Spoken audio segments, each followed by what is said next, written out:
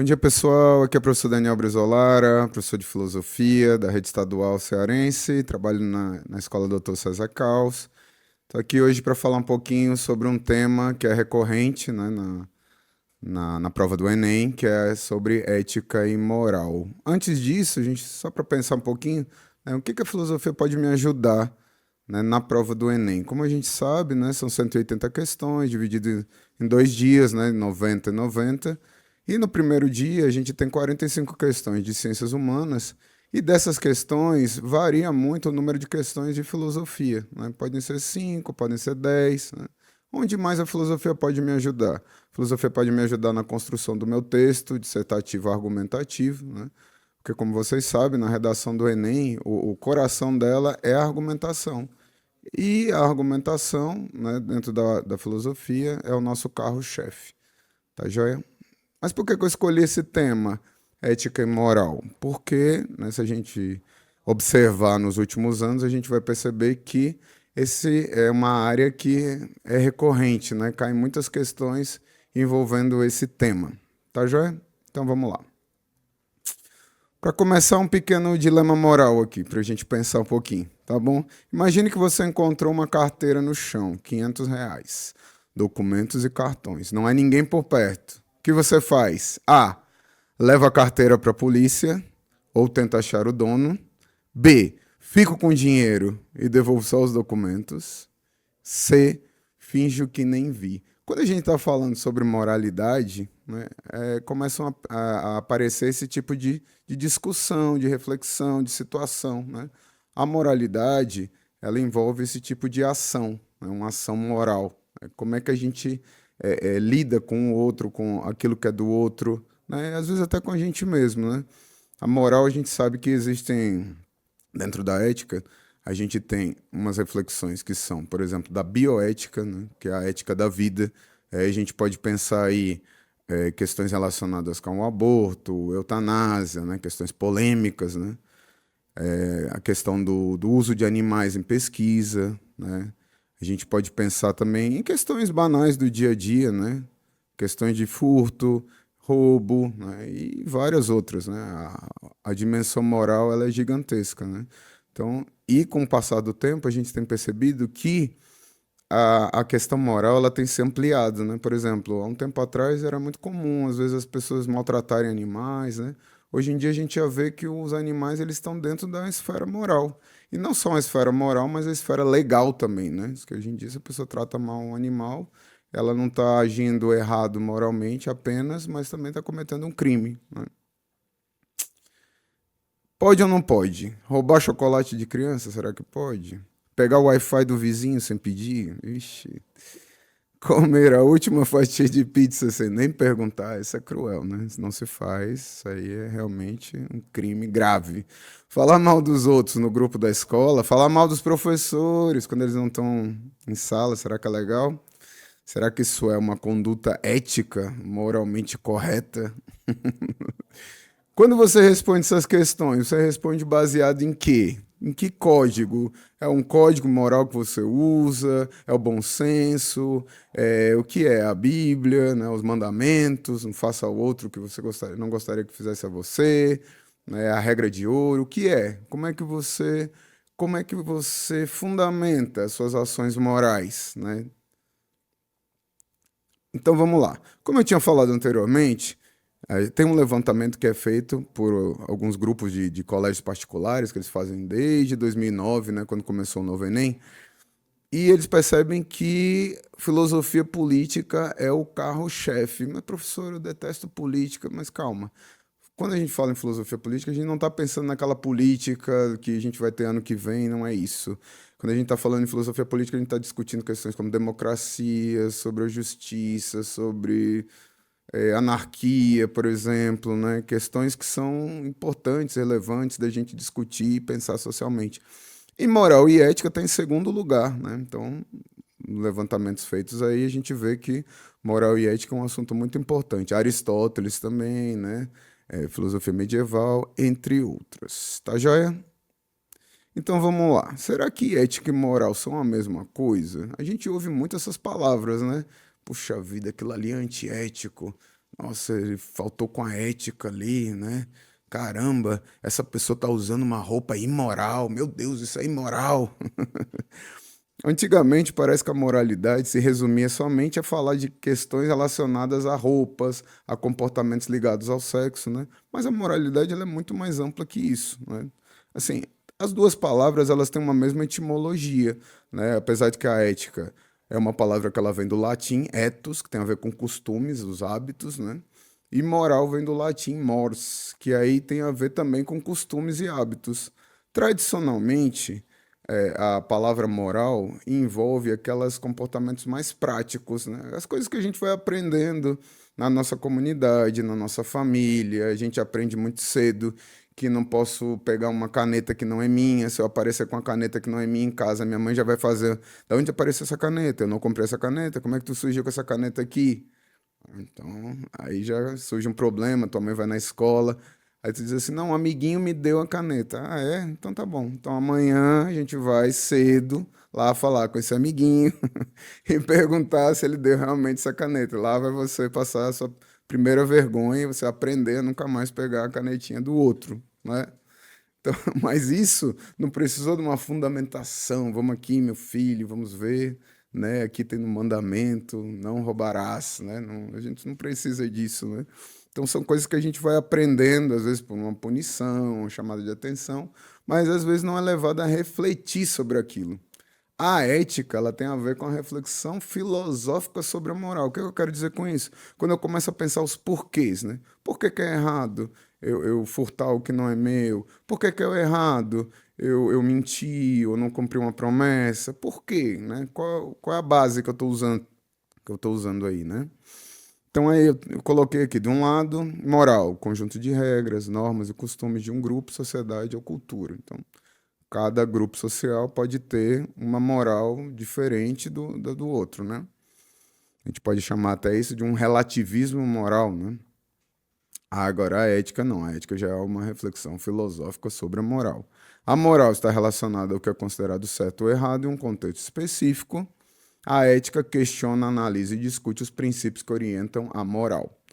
Por exemplo, respeitar os mais velhos, não roubar, não mentir, cumprir as promessas, isso tudo são exemplos de algumas condutas morais, né? Agora, a ética ela já busca entender por que algo é considerado certo ou errado, né? Já ouviram falar da regra de ouro? Não faça ao outro o que não gostaria que fizesse a você, né? Faça ao outro aquilo que você gostaria que fizesse a você. Pronto, essa é uma base, esse é um fundamento que a gente pode utilizar. Está na Bíblia, né? Em outros códigos também, né? Uma outra diferenciaçãozinha entre ética e moral. A moral ela tem muito mais a ver com a prática, com o dia a dia, como a gente lida com os outros, né? Então, todo santo dia a gente está tendo condutas morais, né? Certas ou erradas, mas a gente está tendo. Às vezes a gente usa essas palavras assim, amoral, esse sujeito é amoral, ou isso é imoral, né? Assim, mas eu acho que talvez seja melhor mesmo você utilizar essa conduta não foi certa moralmente, né? A moral seria uma pessoa, por exemplo, um bebê. Eu não posso condenar um bebê por uma conduta errada, por exemplo, né? Porque ele ainda não desenvolveu toda a sua racionalidade, não é um ser livre ainda, né? Então, eu não posso fazer uma acusação, ou mesmo um animal, né? Eu não posso condenar um leão, por exemplo, por comer uma zebra, né? Eu não vou condenar. Meu Deus, que isso é um absurdo. Como é que não tem consideração, não tem empatia pelas zebras, né? Então, assim, a moral tem muito mais a ver com a prática, tem a ver com normas, costumes, varia de cultura para cultura. A ética, ela é mais teórica, reflexiva. É aí que a gente vai pensar, né? Pensar as bases, os fundamentos da ação moral. Então, ele questiona as normas e busca princípios universais ou argumentos racionais. O que seria um princípio universal? Então, assim, a ética ela vai pensar condutas que sejam para todos os seres humanos, não só para um grupo específico, mas para todos, né? Por exemplo, quando a gente pensa hoje em dia em direitos humanos, né? Aí, às vezes, a gente pode surgir alguns conflitos. Por exemplo, algumas tribos, se a criança nasceu com alguma deficiência, então ela não serve para aquela tribo, né? Não serve para aquela comunidade. Então, às vezes ela pode ser abandonada ou algum tratamento aí que ela pode ser dado diferenciado para essa criança. Mas aí vem os direitos humanos, não, é para todos, independente da cultura, independente da tribo. Então aí começa algumas discussões, né, que são bem interessantes, envolvendo aí a ética e a moralidade. Tá bom? Vamos mais um pouquinho? Algum breve histórico da ética, né? Lá no Sócrates a gente já vê, quando começou esse filósofo, grande filósofo Sócrates, né, começou a focar, a centrar as discussões no ser humano. Porque quem veio antes deles, os filósofos pré-socráticos, para eles o foco era a natureza, entender a origem do universo, a origem de tudo, né, tentar dar uma resposta racional para isso. Já o Sócrates não, Sócrates ele foca no ser humano, na questão da felicidade, de como viver com as outras pessoas, né? É até atribuído a ele essa frase, né? Conhece-te a ti mesmo, apesar de que a gente sabe que está lá no, na entrada do templo de Delfos, né? Essa reflexão, né? Então a ética começa no autoconhecimento, na reflexão. Será que existe uma maneira de eu viver melhor, de eu viver uma vida feliz, a vida boa? Aí vem o Platão, né? O Platão já ficou muito triste, né? Quando viu Sócrates sendo condenado à morte, né? Tendo que tomar um veneno. E aí o Sócrates vai e cria na República a cidade justa, né? A cidade que vai levar as pessoas a serem felizes, né? Ele pensa sempre no... Os gregos têm sempre um pensamento assim de coletividade, o todo, né? Todo é mais importante que as partes, diferente da modernidade, que o foco é o indivíduo. Na antiguidade, na Grécia clássica, né, o mais importante que o indivíduo é o todo. Então, e uma cidade boa, uma cidade feliz, produz pessoas felizes, né? Hoje em dia, na modernidade, a gente abandona essa ideia de coletividade e pensa mais no indivíduo e esquece um pouco da coletividade, né?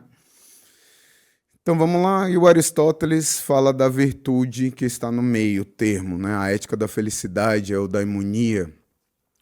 Para Aristóteles, a ética não é só uma questão teórica, mas é uma questão prática de vivência. Eu tenho que viver as virtudes, né, na prática, constantemente. E é essa prática das virtudes constantes que vai me levar a uma vida feliz, né? Ele fala também da questão da amizade, muito importante, né, no seu livro A Ética Nicômaco, né, para quem tiver curiosidade depois de dar uma lida. Já na Idade Média, a ética se liga à religião, né, ao cristianismo. Aí temos aí grandes expoentes, né, como Santo Agostinho, São Tomás de Aquino, né?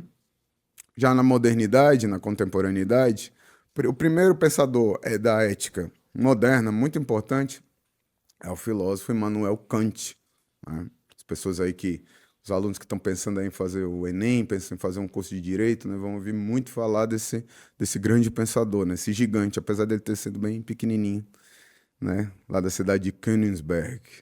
O Kant, o Immanuel Kant, ele falava do dever, né, falava da ética racional, universal, então ele pensa nos princípios universais, né? Então ele vai ter lá o seu livro famoso, né, A Fundamentação da Metafísica dos Costumes, ele vai falar da importância do agir por dever. Nós vamos chegar lá, rapidinho. Ele é uma importante corrente aqui da ética, né? Depois vieram os utilitaristas, como o Jeremy Bentham e o Stuart Mill, né, que para eles a questão da ética envolve pensar sempre na minha ação, envolvendo o maior bem para a maior quantidade de pessoas, né? Também vamos já falar dessa corrente ética importante. E também tem o nosso famoso Friedrich Nietzsche, né? Com a crítica aos valores morais tradicionais, né? A questão da moral do rebanho, a moral dos fortes, né? O Nietzsche é um pensador muito polêmico, né? Tem lá a sua genealogia da moral, que ele vai ver como é que começaram esses conceitos da moralidade, né? Ele vai vir, faz todo um resgate, né? Vai falar por que os gregos eram grandiosos, né? Que eles tinham uma ética diferente, né? Então, um pensador assim muito instigante, né? Muito polêmico. Mas vamos lá. As principais correntes éticas, né? Quando a gente começa a estudar ética, aparecem principalmente três correntes muito importantes. Primeiro, a ética das virtudes, de Aristóteles, né? Aristóteles é o discípulo de Platão. Para ele, a questão da ética envolve o desenvolvimento das virtudes, né? Por exemplo, a virtude da coragem, a da justiça, da honestidade, né? Da sinceridade. Então, para ele, tinha uma série de virtudes, né, que a gente teria que desenvolver e viver, né? E isso ia nos levar a uma vida feliz, né? Para ele também existe uma ligação entre a ética e a política, né? Porque se eu sou um bom cidadão, eu vivo uma vida boa, né? Eu procuro viver as virtudes, significa que quando eu participar da democracia, quando eu participar da vida coletivamente, né? Então eu vou produzir, eu vou levar para essa esfera pública, né? Algo que eu já construí na minha esfera privada. E a esfera pública me ajuda a ser melhor. Eu ajudo os outros me ajudam também a serem melhores, né? Então, muito interessante. Aí botei alguns exemplos aqui de virtudes, né? Para ficar. Porque às vezes fala em virtude, o aluno, mas virtude, o que que é isso, né? Então, por exemplo, o Aristóteles fala sempre da mediania, né? Da justa medida entre dois extremos. Para cada pessoa é diferente, né? Então, por exemplo, a coragem. A coragem está no meio de dois extremos, que seria a covardia, a falta de coragem, e a temeridade, que seria um excesso de coragem, aquela pessoa que diz que não tem medo de nada, né? Então, por exemplo, um soldado que diz que não tem medo de nada é um perigo para o seu batalhão, né? Porque ele acaba colocando todo um batalhão em risco.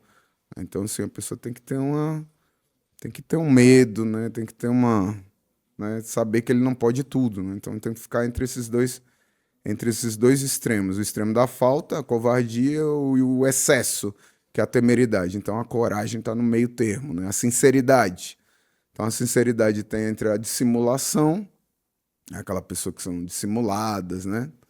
E a grosseria, né? Que é muito comum hoje em dia. A pessoa assim, eu sou sincero mesmo, eu falo mesmo, sai falando coisas para os outros que ninguém pediu, né? Ninguém... Por que que tu tá sendo grosseiro assim? Por que que tu tá falando essas coisas? Se ninguém pedir, ninguém quer ouvir isso, né? Então as pessoas hoje em dia, em nome de uma suposta sinceridade, acabam caindo na grosseria, que seria um excesso de sinceridade, né? Então nem a falta de sinceridade, aquela pessoa dissimulada que nunca diz realmente o que ela pensa, né? Ela sempre dissimula, e aqueles que são grosseiros. Então procurar o meio termo e o hábito. O hábito é se habituar toda vez procurar sempre tá sempre colocando isso em prática, né? Aí vem o Kant. O Kant, aí, como a gente já tinha falado, ele é um gigante aí da ética. Então, Kant fala da deontologia. O que é isso? É a ética que envolve os princípios, né? Então, é uma ética baseada em princípios. Então, por exemplo, para Kant, a gente deve agir por dever. O que que significa isso? Vou dar um exemplo. Para Kant, por exemplo, eu devo agir de uma determinada maneira, independente das consequências daquela ação, né? Eu devo agir de uma determinada maneira porque aquilo é o certo a fazer e acabou, né? Então, assim, achei uma carteira, não é minha, procuro devolver ela para o dono da melhor maneira possível, né?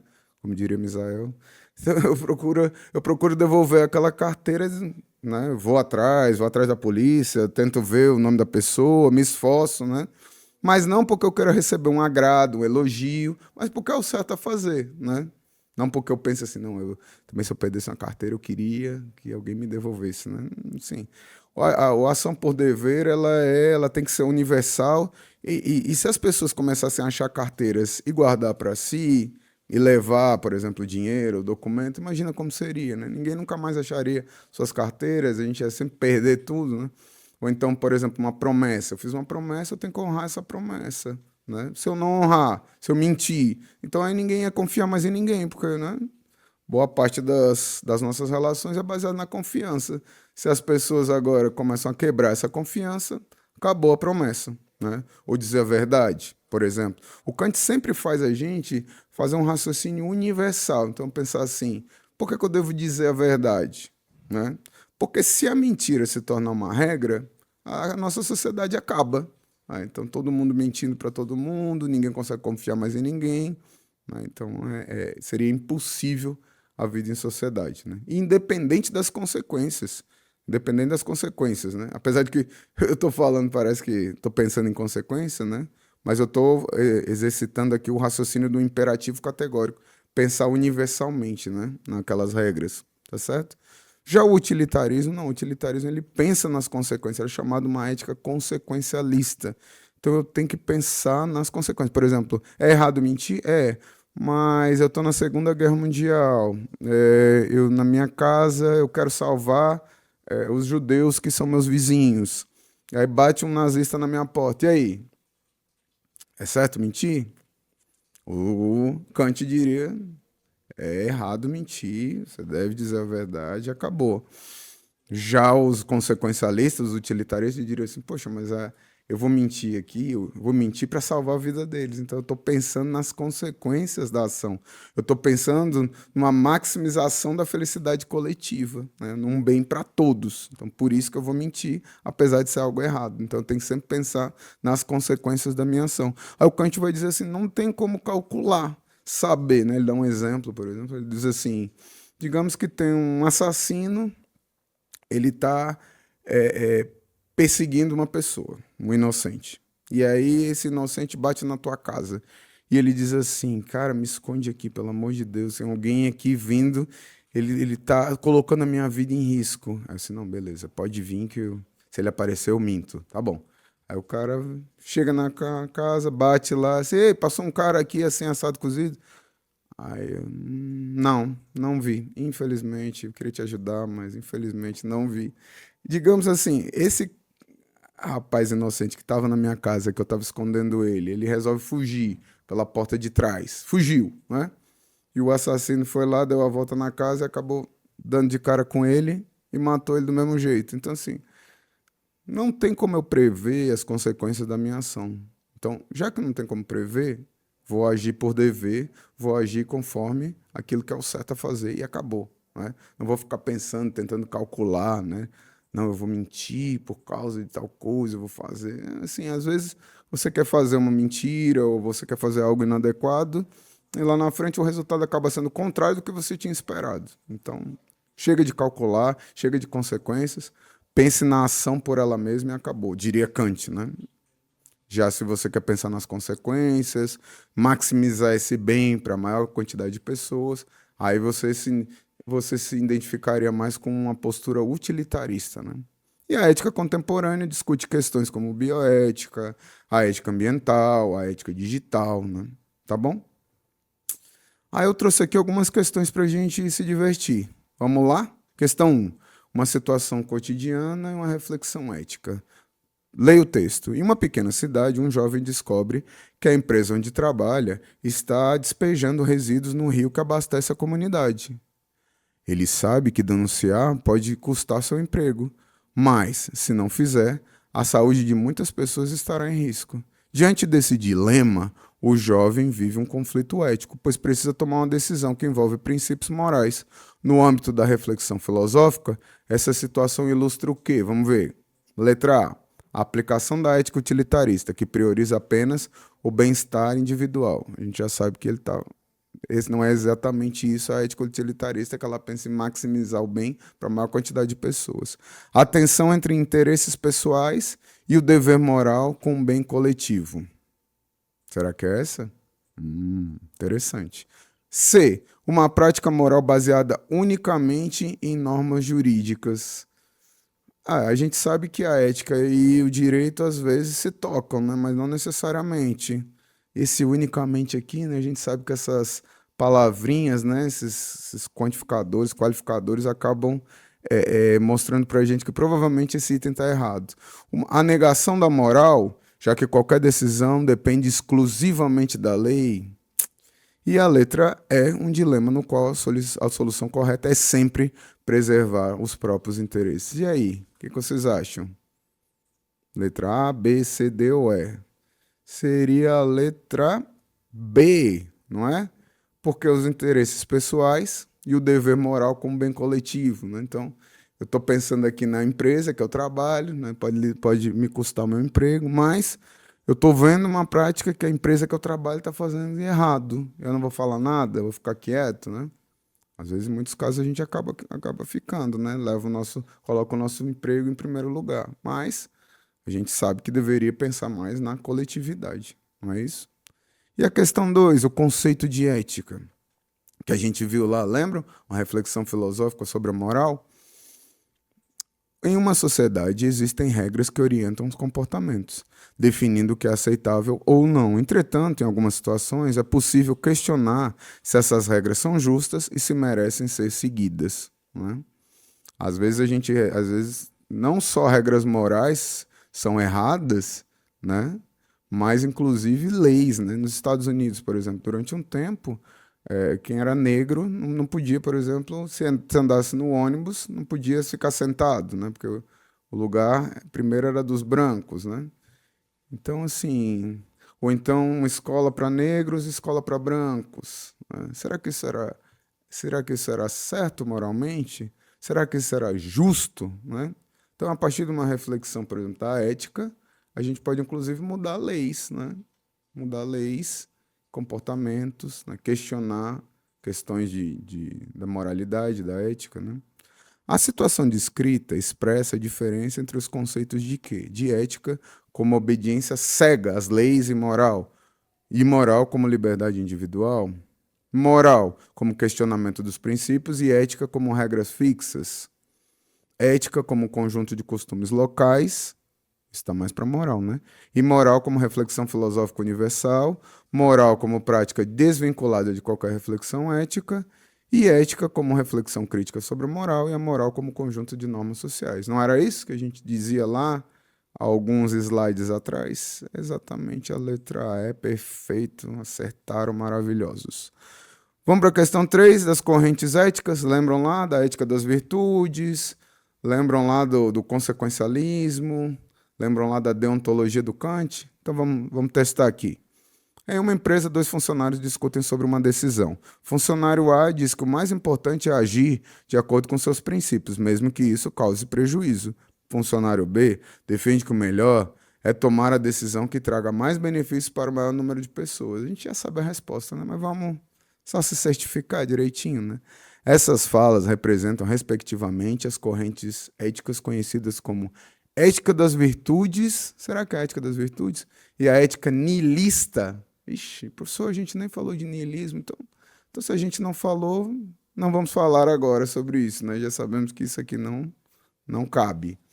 Uma ética hedonista, nihilista, essa palavra tem a ver com nada, né? Mas aqui não vamos aprofundar muito. A ética hedonista, hedoné, vem do grego prazer, né? Hoje em dia a gente vive uma sociedade muito hedonista, que o prazer é a base dos comportamentos, né? Tudo tem que ser extremamente prazeroso, senão parece que não tem sentido, né?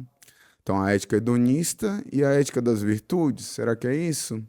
Ou seria C, deontologia, a ética do dever, Kant, e utilitarismo, a ética consequencialista? A letra D, o utilitarismo e a ética estoica. Sabemos o que é o estoicismo? Já ouvimos falar, uma corrente lá do helenismo, né? Lembram, depois da morte de Sócrates, começam a surgir várias correntes ali, epicurismo, hedonismo, que mais? Estoicismo, né? Ceticismo, cinismo, né? Então começam a surgir várias correntes práticas, não são tanto correntes teóricas, mas são correntes práticas. Inclusive, o estoicismo hoje em dia está em moda, né? Está em alta. As pessoas querem ser estoicas, né? Alcançar uma mente além de qualquer preocupação, né? Eu conseguir não me deixar abalar, afetar pelo meu exterior, pelas coisas que vêm externas a mim, né? E, por fim, uma ética epicurista, do Epicuro, né? E uma ética deontológica. Vamos pensar o seguinte, a gente não viu nada sobre epicurismo, estoicismo, hedonismo, niilismo, então a gente só vai ficar com a letra D. Como a gente viu que é a ética do dever, né? Que eu devo agir segundo princípios, independente de prejuízo, independente do que for, né? Independente do que for. Estou num táxi, achei uma mala com, sei lá, 5 milhões de reais. Minha mãe está doente, um dilema ético. Minha mãe está doente, precisando de uma internação e eu não tenho plano de saúde. Será que é certo nesse caso eu pegar esse dinheiro do táxi, ou do Uber, ou do 99? Ou será que o certo é devolver aquilo ali, né? Kant dirá, devolva o dinheiro, devolva e não pense mais nada. No caso de uma ética consequencialista, ela ia pensar assim, não, eu vou tirar o dinheiro, vou salvar minha mãe, né? E depois vou ver um jeito, pego um empréstimo, vejo alguma maneira de devolver isso aqui, mas eu vou salvar minha mãe e pronto, né? Então a resposta certa aqui, letra C. Deontologia, ética do dever, utilitarismo, ética consequencialista. Questão 4, ética aristotélica. Durante uma competição esportiva na escola, João percebe que pode trapacear para ganhar sem ser descoberto. Ele hesita, pois valoriza a honestidade, mas também quer muito vencer. Refletindo sobre isso, seu professor de filosofia relembra a ideia aristotélica do justo meio, a mediania, né?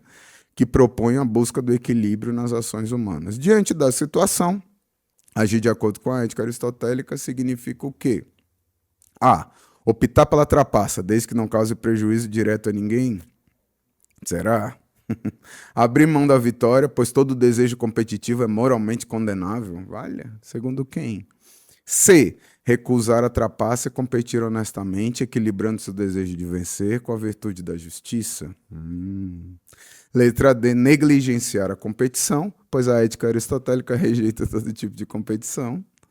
Agir de acordo com as leis impostas pela escola, sem considerar os valores pessoais. Então seria só, não, a lei diz isso, vou viver, vou agir de acordo com essa lei e acabou. Será que é isso? Parece o mais razoável, né? E que fala aqui sobre o equilíbrio, né? Sobre a virtude, é a letra C. Maravilha. Que bom que acertaram, tenho certeza que acertaram, né? Trouxe aqui algumas citações importantes para a gente refletir. Quando às vezes a gente fala de ética, a gente pensa assim, será que tem um código de ação que a gente deve agir segundo aquele código específico que eu vou ser feliz, regrinhas definidas, né? Às vezes a gente vê em muitos livros de autoajuda, assim, parece receitas prontas.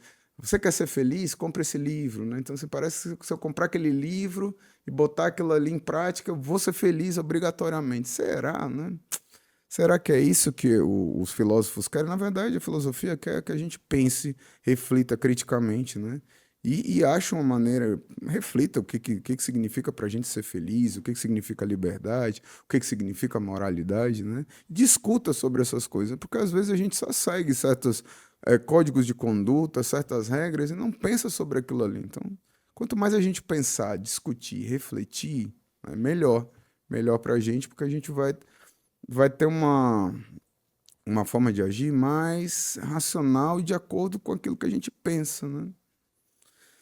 Então, botei algumas citações aqui bacanas. A primeira delas é o imperativo categórico de Kant, né? Que tirado lá da fundamentação da metafísica dos costumes, que diz assim: age apenas segundo uma máxima tal que possas ao mesmo tempo querer que ela se torne uma lei universal. Então, o Kant, ele não vai criar regrinhas fixas, ele vai criar um procedimento de criação de algumas regras. Por exemplo, aí eu vou jogar uma máxima. O que seria uma máxima aqui? Será que é certo eu furar a fila da merenda? Vixe, será que é certo furar? Mas eu tô com fome, mas não vai sobrar para mim. Mas se todo mundo furar a fila, acabou a ideia de fila. É a guerra generalizada, né? O homem é o lobo do homem, é o Hobbes, né? É todo mundo se matando ali para um prato de comida e ninguém vai conseguir chegar, né? O caos vai se instaurar. O homem, e em geral qualquer ser racional, existe como fim em si mesmo, não meramente como meio para o uso arbitrário de tal ou qual vontade. Será que às vezes quando a gente tem um amigo, a gente consegue lidar com esse amigo como um fim em si? Ou será que o amigo é um meio, né? Ou será que eu sou amigo de alguém porque o meu amigo tem sei lá, um PlayStation, um Xbox, uma condição financeira melhor, né? Será que eu não estou usando as pessoas só como meios, né? Com interesses? Ou será que eu consigo encarar as pessoas como um fim em si mesmo, né? Não, eu vou ouvir essa pessoa porque eu amo essa pessoa, eu gosto, eu aprecio a amizade dela e ponto. Nada mais que isso, acabou. Não estou pensando em nenhum interesse, nada para mim, mas é o outro, né? Focar no outro, o centro é o outro, né? Kant é muito legal, né? A terceira é tirada da Ética Nicômaco do Aristóteles, que diz assim: a virtude é o meio termo entre dois vícios, um por excesso e outro por deficiência. Não é por conhecer o que é bem que o homem se torna bom, mas sim por praticá-lo. O Aristóteles tem muito disso. O Platão diz assim: se eu conheço bem, eu ajo bem. Mas quantos de nós sabemos, às vezes, o que é certo, o que é o bem, o que é o bom, moral, a conduta moral adequada a agir, e a gente acaba não agindo, né? Agora, quanto mais a gente pratica essas virtudes da honestidade, da sinceridade, da coragem, né? Quanto mais a gente pratica elas, fica mais fácil, né, a gente vivenciar aquilo ali. E por fim, uma citação tirada do livro O Utilitarismo, né? Diz assim: o princípio da maior felicidade sustenta que as ações são corretas na proporção em que tendem a promover a felicidade, erradas quando tendem a produzir o contrário da felicidade. Então, utilitarismo, né?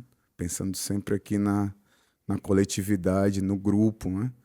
Então, gente, com essa aula aqui, eu quis mostrar um pouquinho da importância da ética, né? A gente viu que caem muitas questões aí relacionadas com a ética, com a moralidade. É um conteúdo que ele é interessante porque ele não é um conteúdo só de Enem, mas ele é um conteúdo para a sua vida prática, né? Às vezes a gente se depara com uma série de dilemas e não sabe, às vezes, como agir. Então, pensar sobre essas questões pode tornar a nossa conduta mais legal, mais adequada com o outro, né? Com os outros, com a nossa família, na nossa escola, com os nossos professores, né? Muitas vezes a gente, hoje em dia na internet, a gente tem comportamentos que às vezes são questionáveis, né?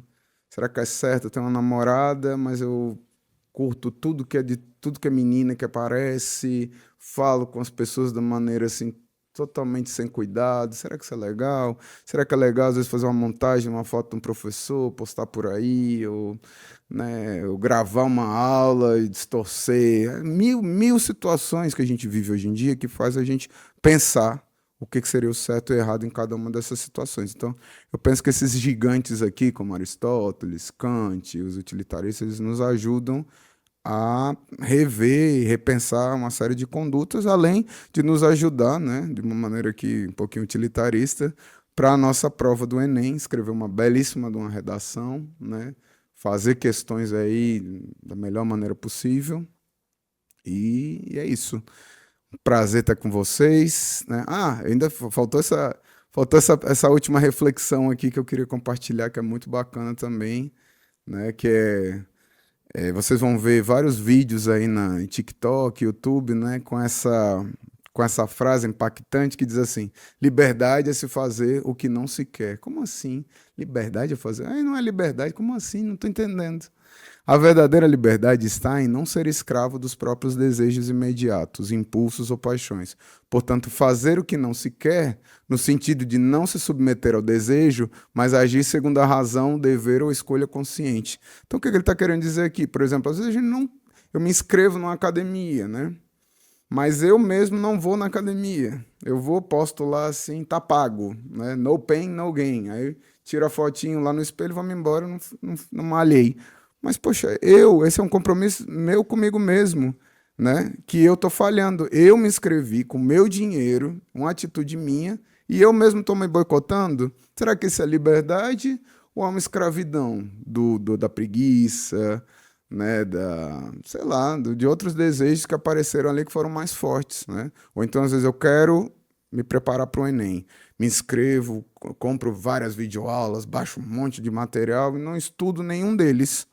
Será que eu estou agindo de uma maneira livre ou eu estou escravo da minha preguiça, escravo de outros prazeres menores, né? Mas não é um compromisso meu comigo mesmo que eu estou falhando aí, né? Então, assim, liberdade de fazer o que não se quer nesse sentido, né? Por exemplo, pode ser que eu não queira exatamente estar ali na academia naquele momento, não estar ali assistindo uma videoaula ou estudando. Mas é isso que é agir conforme a razão, é conforme o dever, diria o Kant, né? Isso está muito alinhado com a ética de Immanuel Kant, que dizia que ser livre é agir segundo a razão e o dever, não segundo inclinações, né? Se as inclinações dominam a gente, toda vez que elas aparecem, então será que eu estou agindo realmente de uma maneira racional? É poder escolher ir contra os próprios impulsos, hábitos ou condicionamentos. Nesse sentido, quem apenas faz o que deseja não é livre, é escravo do desejo. Ser livre é, às vezes, escolher fazer aquilo que é difícil, que exige esforço, disciplina ou sacrifício. Paradoxo da liberdade, né? Parece paradoxal, mas às vezes, para ser livre, precisamos fazer coisas que não queremos, no sentido imediato. Estudar, trabalhar, cuidar de outros, seguir regras, porque isso constrói uma liberdade mais profunda e responsável.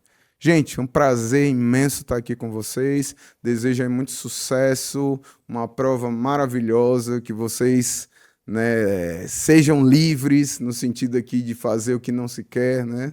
organizem, façam um quadro de horários de vocês bem bacana, refaçam provas anteriores, façam muitas questões, que é isso que vai levar vocês para o sucesso, muitas redações, tá joia?